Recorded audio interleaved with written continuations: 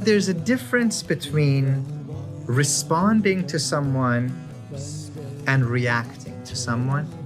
When you're in a situation that is going on with someone, you have to respond. But we don't always have to be reactive.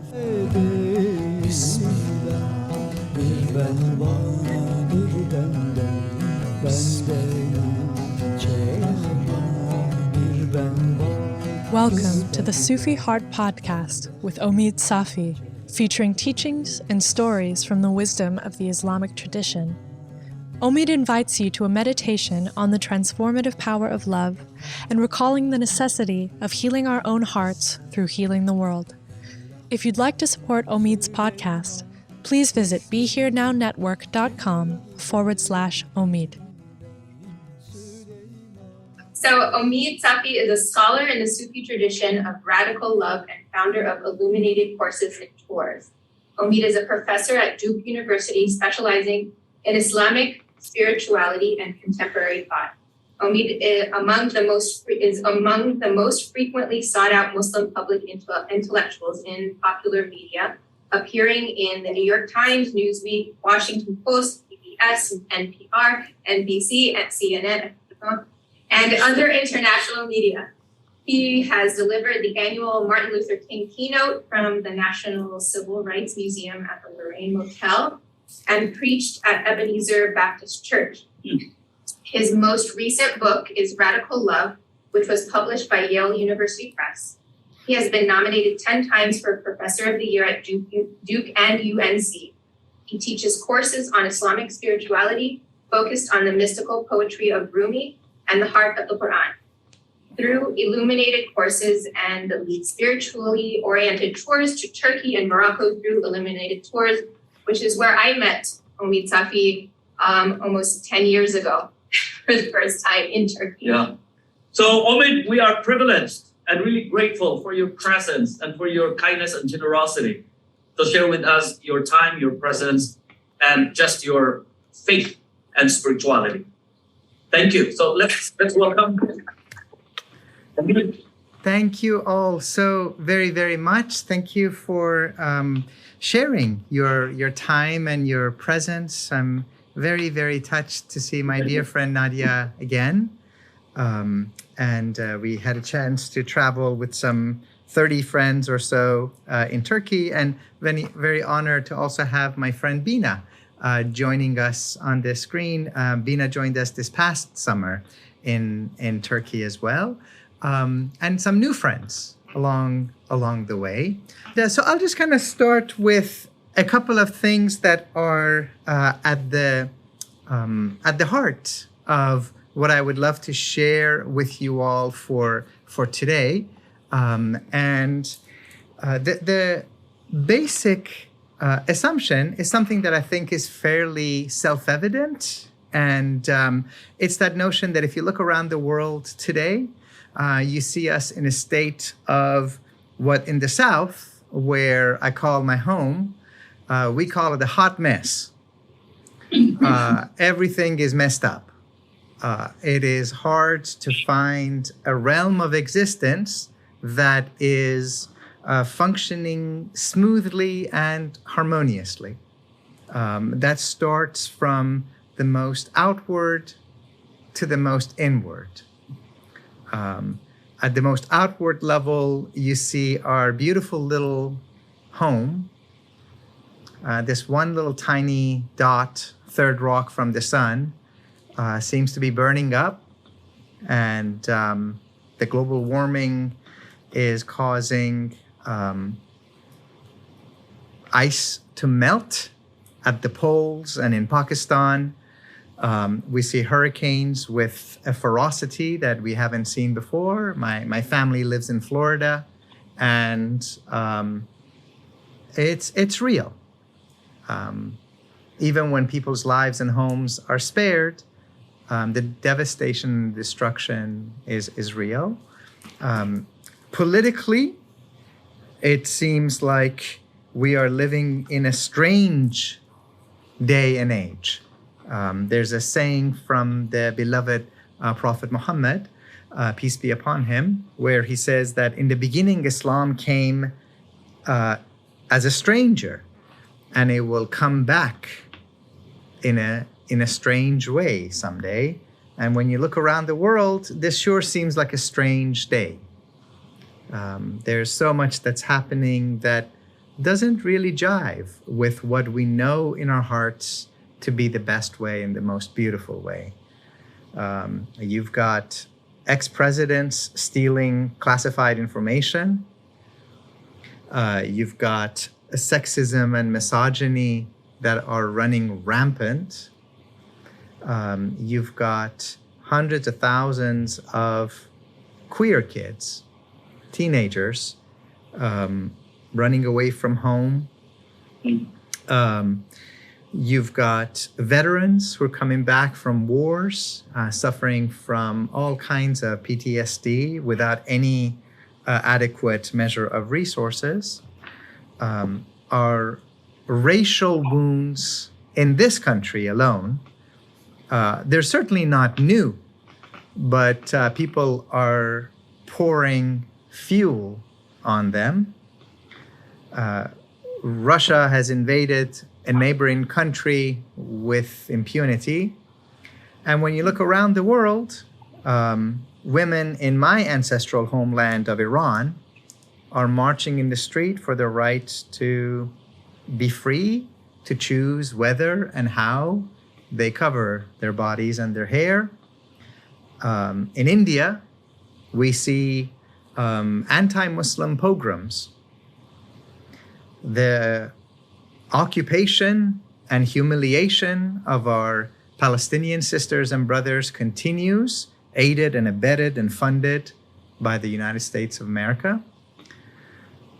And in Italy, we just elected the most right-wing government since Mussolini. Sure. So this is a global issue, the issues of conflict and tension. By talking about them, we're not creating them. We hope to shed some light on them and to figure out what to do. Much of what I've been talking about so far is at the level of environmental catastrophe, racial tensions, politics, and economics. But if we can be quiet long enough and look a little bit closer to home, you see that it's not just that the kids are not doing well. Nobody's doing well. The struggles are real. Families are under a lot of tension and pressure. Relationships are under a lot of stress. And the generational bonds are stretched so much. That's not surprising. We are whole human beings. And if we are whole, and if we live through the heart, how can we not be responsive to the tensions and stress and pressure that's all around us? So what do we have to say? What do we have to do? This isn't some highfalutin academic exercise for me. This is really something deeply personal and very intimate. What is it that our faith traditions and our spiritual traditions, whatever they are, whatever they happen to be, including if we don't have a particular one that we identify with, how can they serve to help us live together, not just in peace, meaning absence of fighting, but actually with beauty, with dignity, with integrity, and with harmony? The basic assumption that I have in life is that I'm not talking about the faith of, as we would call him, the chosen one, the Prophet Muhammad, or the Buddha, or Jesus, or Confucius. I'm not talking about their faith, but the religions that we find around us lived and practiced today. My basic assumption is that they are neither all good nor all evil. I think what religion is today is essentially a magnifier of whatever is in people's hearts. The people who come to the public arena with a desire for love, for compassion, for understanding, if they have a faith tradition, it grounds them and it can amplify their impact. And the people who are coming to it with a sense of exclusivism and hatred, animosity, and even the desire to terminate their fellow human beings, religion also amplifies their work and their reach. So I don't have any desire here to argue that my faith tradition or anybody else's faith tradition is all good and that their fart smells like roses. We're all these mingled, jumbled mess of extraordinary, luminous, life-saving teachings and practices, and some extraordinary tribal, sexist, racist interpretations and practices that have also come down through the centuries. And if you think your faith is immune, then you probably just haven't looked hard enough. I know they're there in my tradition, and I think they're there in all of ours. So I think what I want to do, and do we have until 2:30, 2:40? What's the time? 2:40. 2:40. I think what I want to do is just to talk for a little bit. Or even until 2:45. Okay, thank you. About some of the aspects that I think my own faith tradition, which is the Islamic tradition, the way of the Prophet Muhammad, having love and respect for all the women and men who've also been sent by God. Some of them, we know their names, and most of them we don't. So my faith calls for a certain measure of humility, that I don't know all the prophets that God has sent to China or to the indigenous populations of this continent. And I know that they've been sent because that's what the Quran says, that to every people, prophets and sages have been sent. And so if I don't know them, then you assume a certain measure of respect, of thinking well and thinking lovely of people.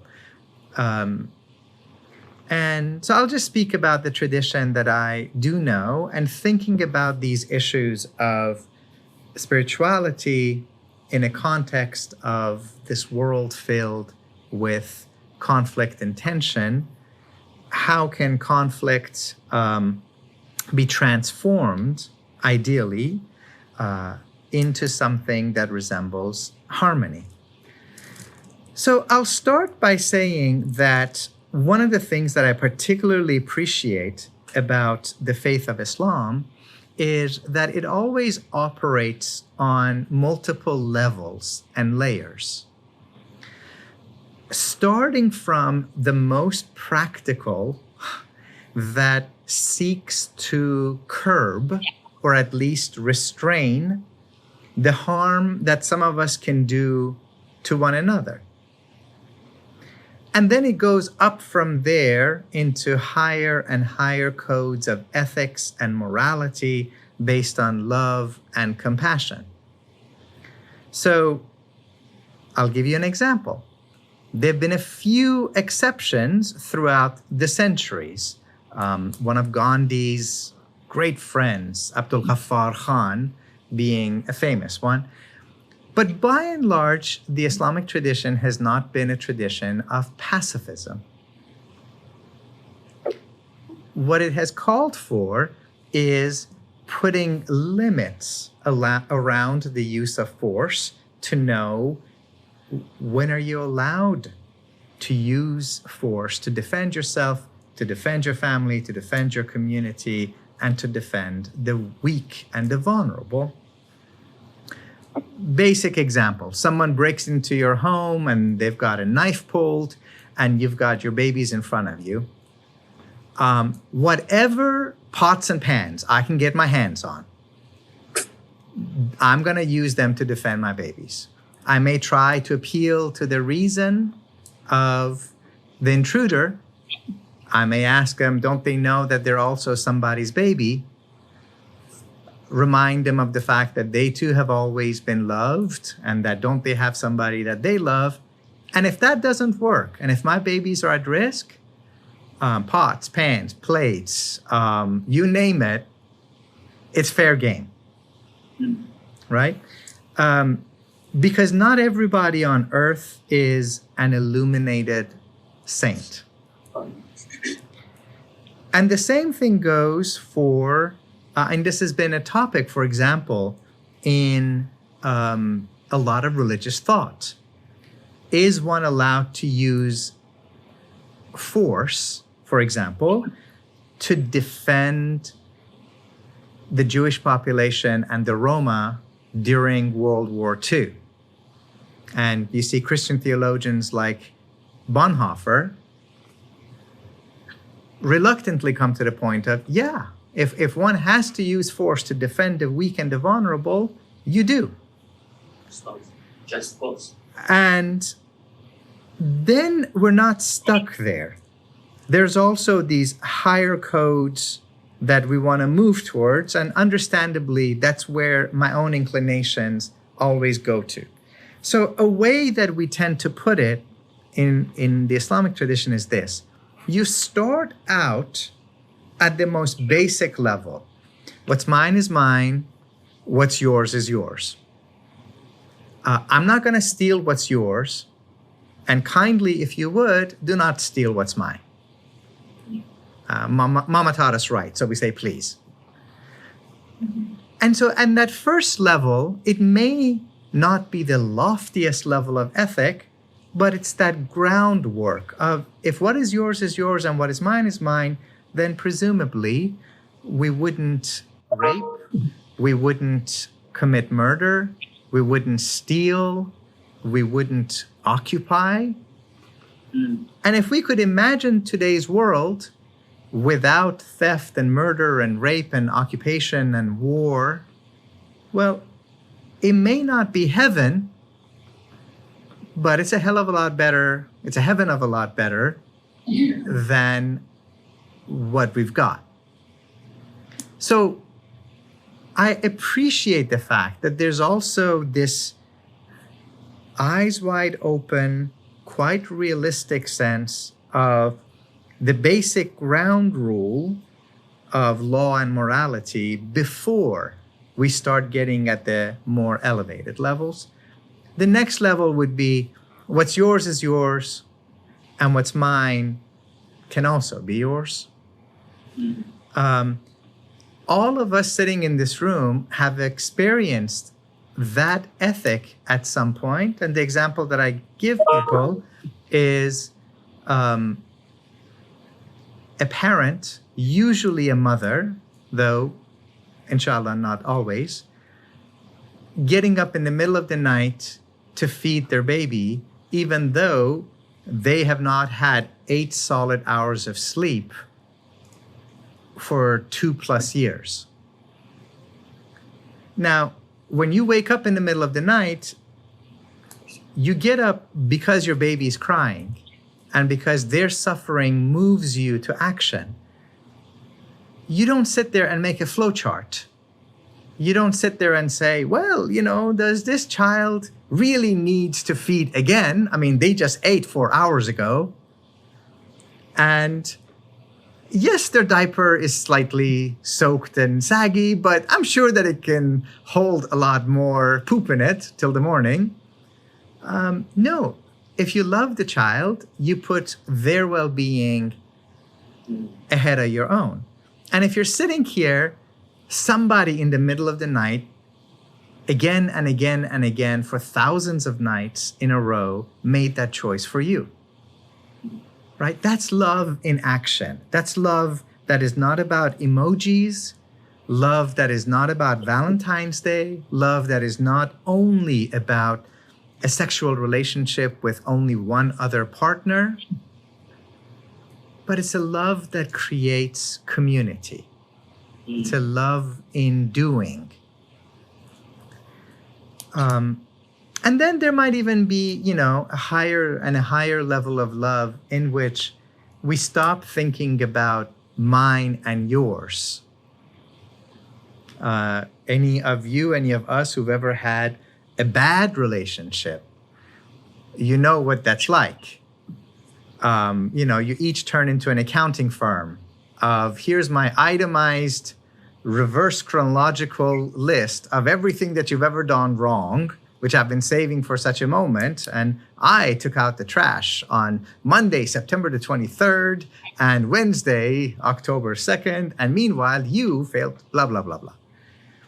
But sometimes when there's that real love, that real sense of being safe,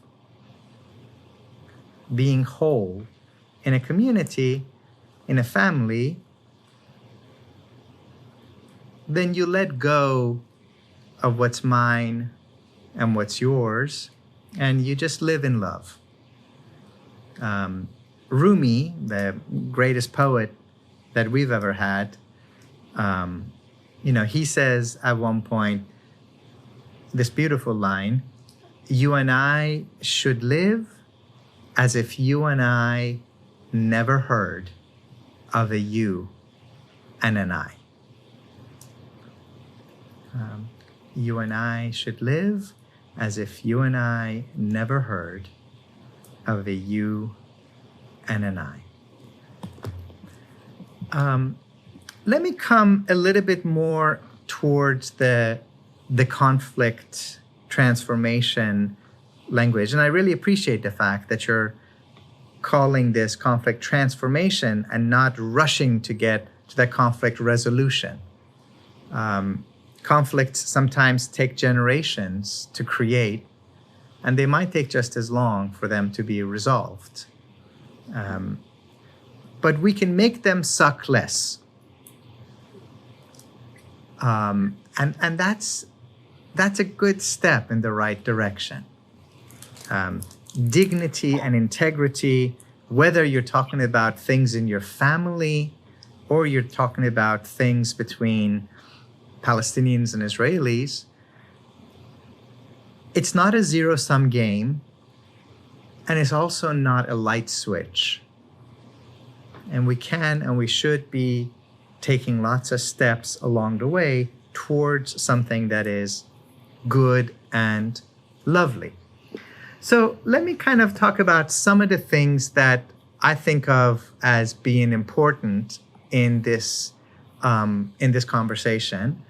One of them is that there's always a balance between the personal and the interpersonal on one hand, and then the larger issues that are systematic and structural. And I think it's really good to keep an eye on both. Sometimes, even as a person who studies the spiritual traditions and longs to have a life that carries the fragrance of living a life of beauty and love, I get very frustrated when I read a lot of the material on conflict resolution and conflict transformation, because they seem reluctant, to put it politely, and unwilling to talk about some of the deeper structural issues. Most of the conflicts of the world, people aren't trying to resolve them in a therapist's office. They take place in this real world where there are extraordinary asymmetries of power. And oftentimes, whether it is a husband and wife looking at a divorce, or to go back to that example, Palestinians and Israelis, one side has the 5th largest military force in the world, and one side doesn't have the ability to drive freely on their ancestral roads, or to go to school, or for God's sake, to love somebody without having to declare it to the Israeli state. So this is not a conflict between two equals trying to figure out how to divide a pizza pie. And I think in any conflict resolution, conflict transformation conversation, it's really good to think about, are we looking at things in the context of interpersonal dynamics, and where are the issues of power? Where are the systematic and structural issues? And of course, even in those interpersonal issues, there's still matters of power at play. And here's one of the most obvious ones: gender. In matters of gender, the discrepancy of power isn't just physical, that some men seem to be much larger, bigger, stronger than some women. It's that we live in a capitalistic society which attaches no value, for all practical purposes, to the most precious of tasks, which is the raising of our babies. And so in those families where people are blessed enough to have 2 parents, there's an asymmetry of childcare that falls on women, which goes uncompensated. And oftentimes you see men being able to advance their careers at a much more rapid pace than their female partners do. And then when the time for divorce comes, the male partner is in a much more advantageous economic situation. So even when we're talking about conflict transformation in the context of a bad marriage or divorce, those structural, political, institutional issues are still there. Maybe a little bit less dramatic than they are in the case of Palestine and Israel, but they're still there. But I want to begin with the interpersonal and just say a couple of observations that I think my tradition has to offer. And we don't have a monopoly on these. Virtually anything that I would say that is good and beautiful about my tradition, you can dig deep enough and find the same thing in some other tradition. I just love it because it's closer to me.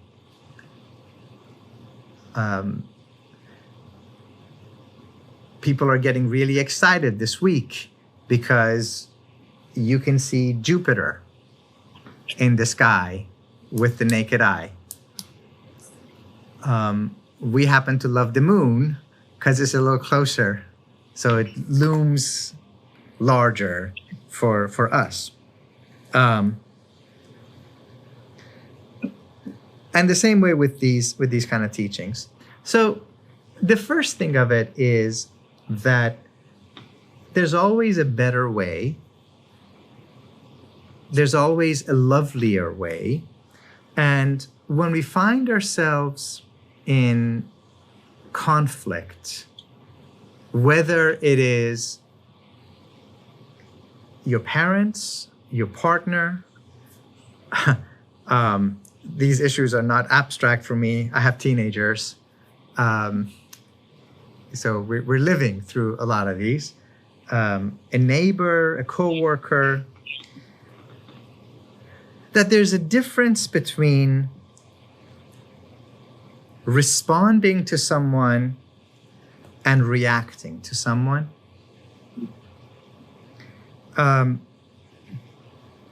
When you're in a situation that is going on with someone,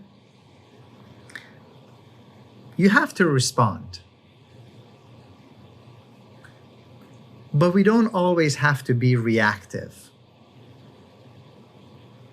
And if that asymmetry is not only about power, but also about beauty, about morality, sometimes we might find ourselves in a situation that the person that we're facing is angry enough to be turning red, foaming at the mouth, reaching deep into their illustrious bag of curse words and picking out all the choice ones.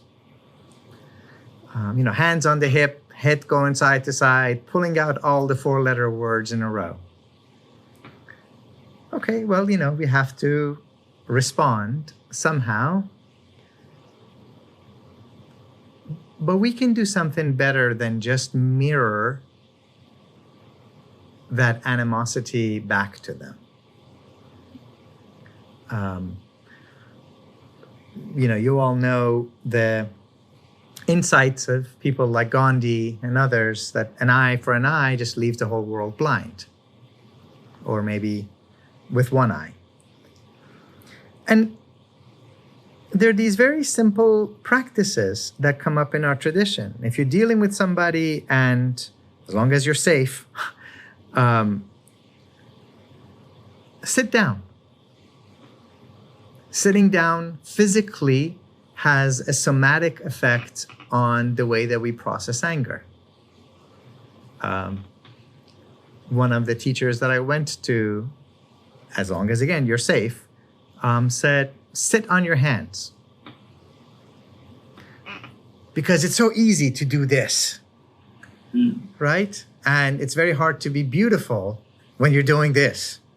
So just sit on your hands and open up the chest and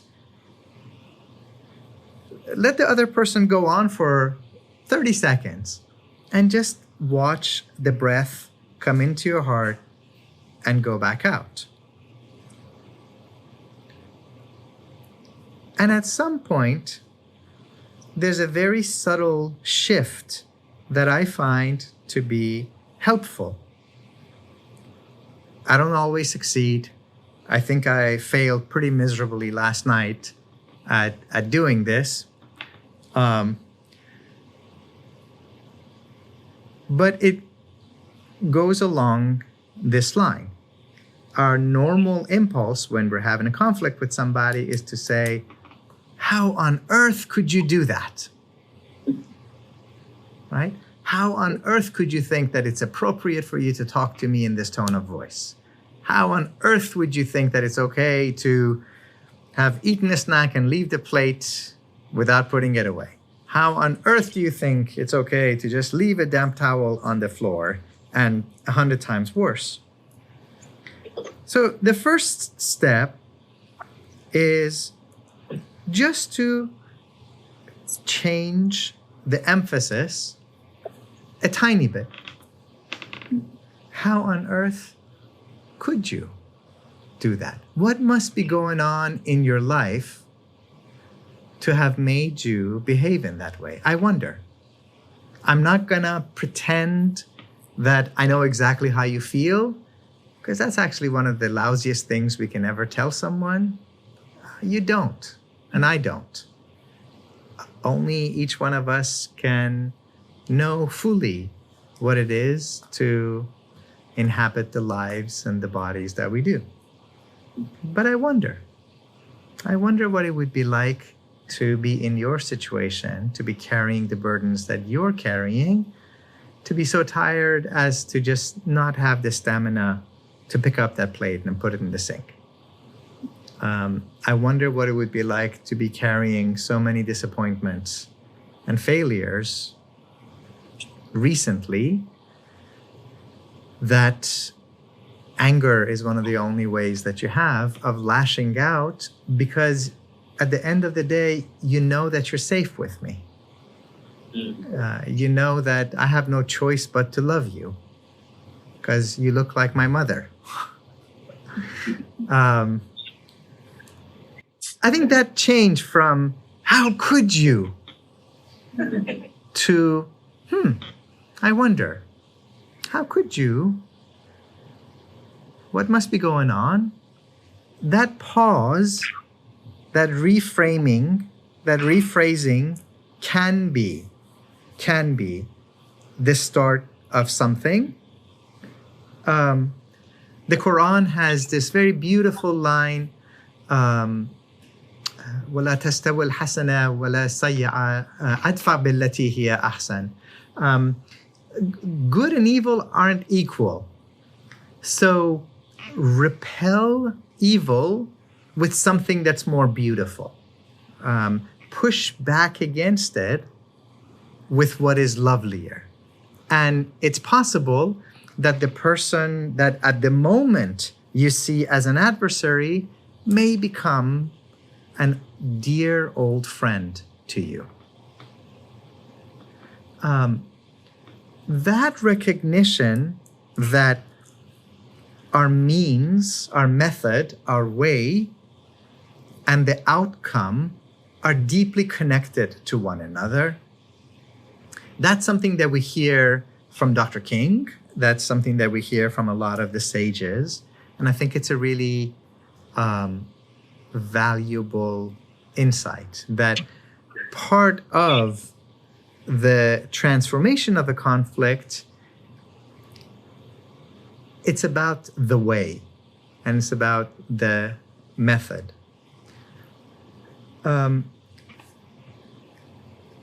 If we can zoom out just a tiny, tiny bit from the interpersonal, when it's your child or your grown child, or your parents or your lover, to the community level, the national level, the global level, one of the very beautiful and extraordinary teachings of the Prophet, the Habib, the beloved Muhammad, peace be upon him. We're celebrating his birthday this whole month. Is one of the most extraordinary anti-tribal statements. In his society, you weren't an individual. You were always part of a tribe. And that tribal identity determined really who you were and who you are. And in a very powerful, radical way, the teachings of the Prophet subvert that, and they call all of us children of Adam.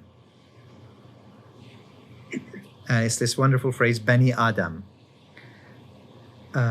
Today, we might have wished that the Arabic of the Quran would have said the children of Adam and Eve. But it says children of Adam. And so the saying of the Prophet is that children of Adam, the members of humanity, are like members of one body. And if any part of us hurts, you hurt.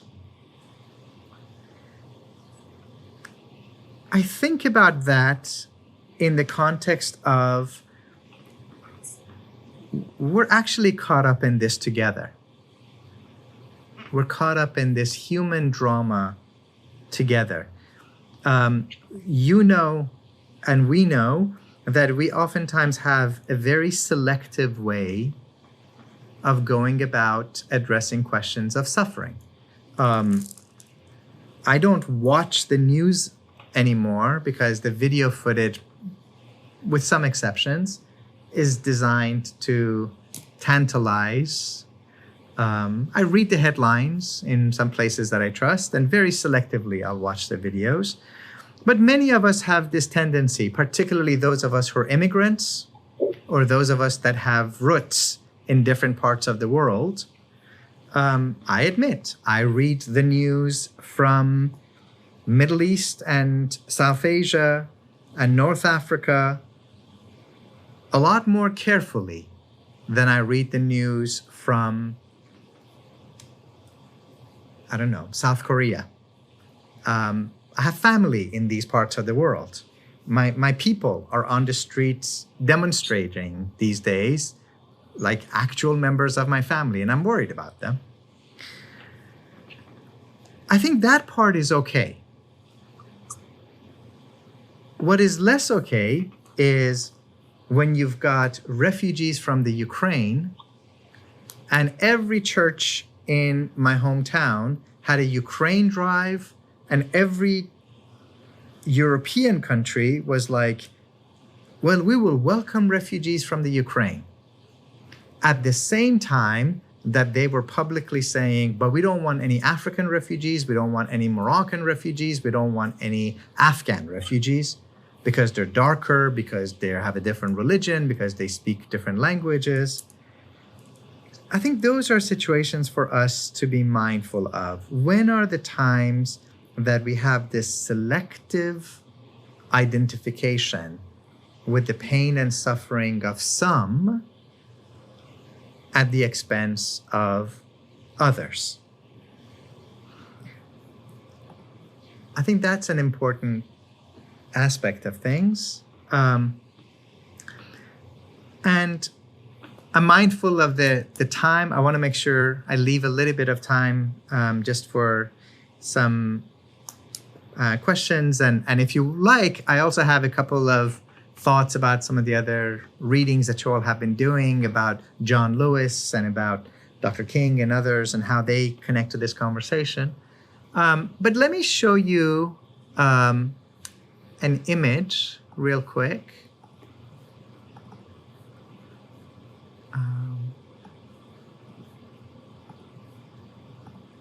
Can you all see this? I think you can, yeah. So this is from the book of Rumi's poetry, and I'll tell you kind of what's going on here. It ties to what we're talking about. So on the left-hand side, you see this brave warrior. He's sitting on a beautiful horse. He's got a halo around his head. He's got the biggest, manliest sword you've ever seen. The horse is big. The sword is bigger than the horse, and he's slaying a dragon, right? If any of you come from a Catholic background or a Greek Orthodox background, you might have seen images that look like this. Saint George, for example, who slays the dragon. So this is Imam Ali. He is the closest friend of the Prophet Muhammad. And there are no dragons in 7th century Arabia that we know of. But he is slaying the inner dragon. He is slaying his own inner demons. And the most famous story that we have about him is the story on the right-hand side. And that's the one that I want to tell you the story of. So in Arabian society, to quote the greatest movie of all time, The Princess Bride, when people wanted to go to war, they didn't just push buttons and drop bombs on each other. To quote the movie, they would try to kill each other like civilized people. And how do you kill each other like civilized people? Well, before any swords are drawn, I would send forth a poet, and you would send forth a poet.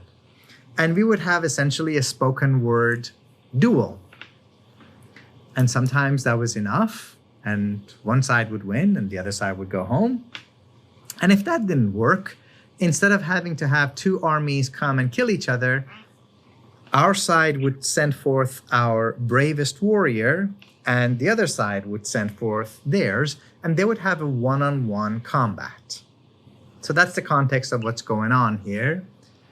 And what we're told in this story is that the pagan side, the side of the people who are oppressing the Muslims, they sent this guy who is as big as a mountain. He's a mountain man, literally. And nobody wants to fight him because they just look at him and he's huge. Ali volunteers to go fight, and eventually the Prophet lets him go. And the two of them go, and this mountain man has never been defeated in battle. He's always killed his opponents. And there's a cloud of dust, And what do people see? That Ali picks up this mountain man, throws him to the ground, sits on his chest, pulls out his dagger. This is my dagger. And it's a wand, actually. But and he's about to finish him. And this mountain man is so disgusted at having lost his first battle that he spits on Ali's face. And Rumi takes 20 pages to finish the story because he's Rumi and because this is mystical poetry. So what happens in the rest of the story? Rumi says that Ali gets up from the fallen warrior's chest and he takes his sword and he puts it back in its sheath and he just starts pacing around in circles. And the warrior guy, the defeated mountain man, is really puzzled. And so he's like, what gives? You had the upper hand. You were sitting on my chest. You could have just finished me right there and you walked away. And Ali says, well, you might think that you're the mountain man because of your size, but I'm the real mountain here. Because to be a mountain, to have real strength, is to make sure that the winds of anger don't blow you here and there like you're some piece of straw. A real mountain is solid, is grounded, is rooted, and the only thing that's going to blow me away is to see the face of God, not anger. And then he's honest. He says, you spat on my face, I got angry. And I love that part. I mean, to be a saintly being, it doesn't mean you never get angry.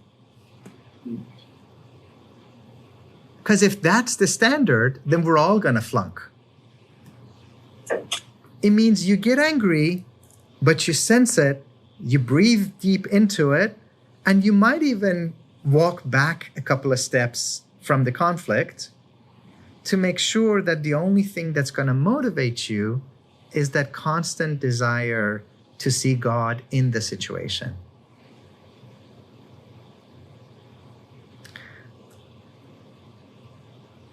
And then they continue talking and they continue talking. And eventually the mountain man says, wow, you know, this beautiful faith of Islam sounds really fantastic. How do you sign up?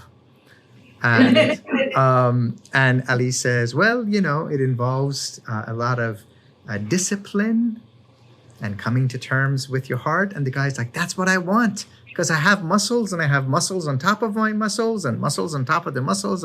But I want to figure out how to train my heart.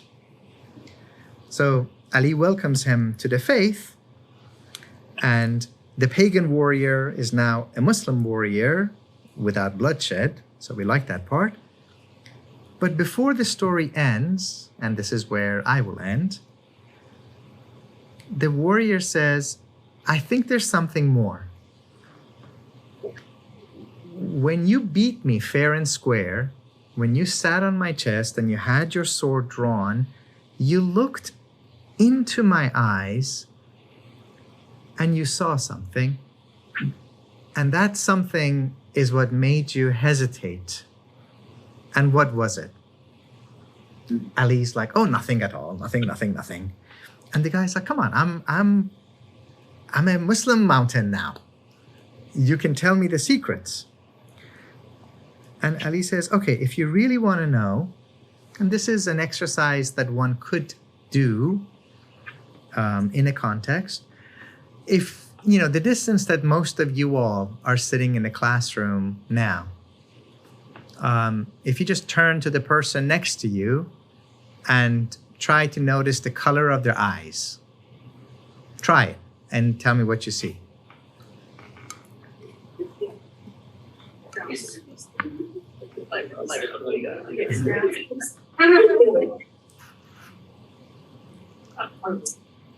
What do we have?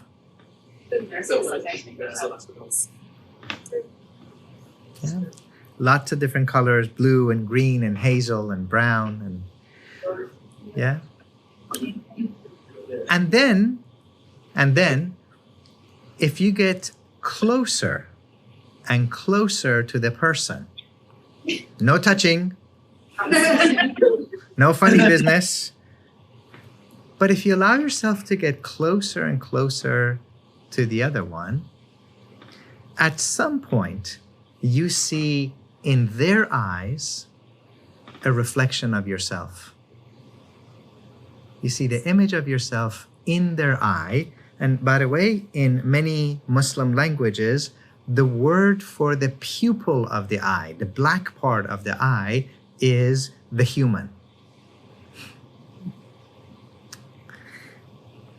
Or the little human in some other languages. Ali says, when I was sitting on your chest and I looked into your eye and I was about to kill you, I looked down and in your eye, I saw a reflection of myself. And I realized then that if I were to kill you, I would have killed myself.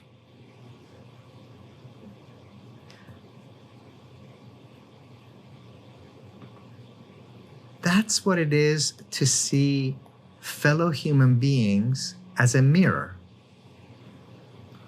It's that deep recognition that we're in this together. We're bound together. We're not isolated human beings. I do not end at the tip of my fingers, and nor do you. It's really much more akin to the air that permeates the room that you're in, the room that I'm in. It flows out the window, across the hills, over the trees, and connects all of us. What you do to one directly affects everyone indirectly.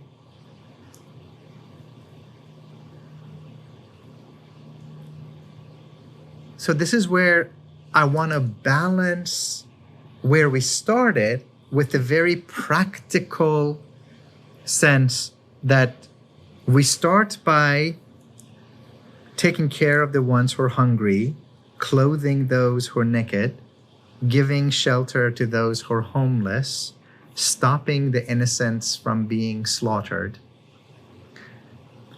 I don't want to go to that idealistic space that says we're all in this together, which means we're all experiencing things equally. No, we're not. We're not. Some of us are bearing this pain and this suffering and this trauma onto the level of ourselves. And for some African Americans, Native Americans, for 3 generations now, Palestinians, we're talking about multi-generational pain and trauma. So it doesn't mean that if you don't come from those communities that your life is all hunky-dory. No, you still hurt. You still have pain. You just may not have multi-generational, systematic, structural pain and suffering. But what happens to one impacts all. And the goal that we have is to liberate everyone. There's a wonderful saying of the Prophet, this really is the last word: come to the aid of your sister, your brother, whether they are the oppressed or the oppressor. And the Prophet shares that with his community, and some of them say, oh, Messenger of God, would that we could give our lives for you. We get it, what it would be to come to the aid of the oppressed. But how do we help the oppressor? Why do we help the oppressor? And the Prophet says, you help the oppressor by stopping him. Even for the ones who are doing the oppression, we also wish for them a life that is free from the tyranny that they're imposing on others and on themselves. But we start with the ones who have the knife at their throat. We start with the hungry and the homeless and the exiled and the weak, because that's where God is. God is always with the weak and the marginalized. So, brown people like to talk a lot. I'm a brown man and I like to talk a lot. So forgive me for not having left a lot of time for questions and discussions. But I hope something in here is at least somewhat beneficial. Süleyman kuşluydu bir Süleyman kuşluydu bir